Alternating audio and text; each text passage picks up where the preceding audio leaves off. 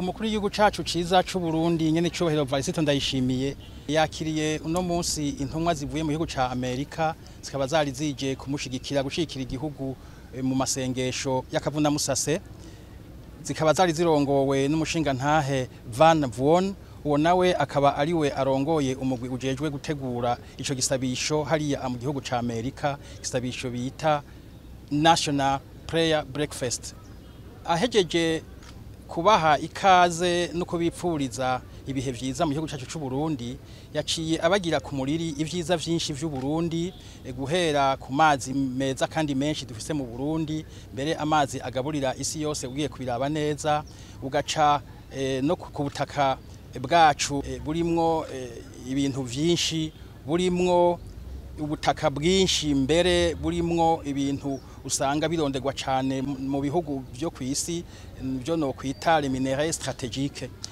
Tutibagiye rero n'isi y'u Burundi imera cyane, aho mu Burundi ugiye kwiraba neza atagiterwa na kimwe kitamera, kandi ugasanga ni bimera bifise akanovera.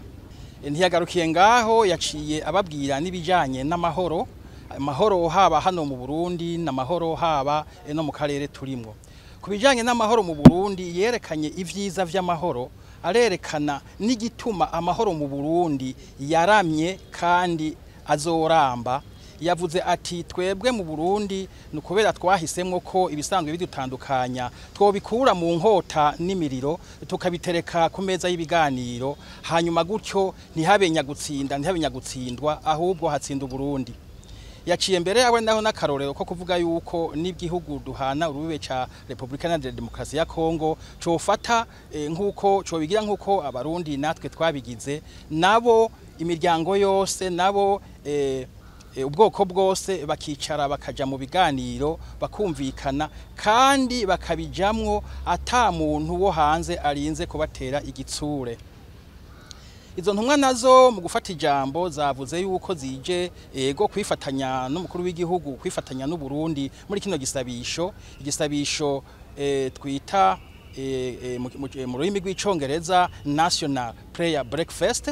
Mu Burundi tukaba na twebwe tugikora, mbere uno munsi ico gisabisho kikaba cakozwe ku gihe tangabo kigira 16. Murumva yuko kagafuni nako kabagara bumwe arakarenge, kuko murazi yuko n'umukuru w'igihugu aherekejwe n'umutambukanyi wiwe mu kwezi kwa kabiri bari bagiye muri Amerika kwitaba ico gisabisho.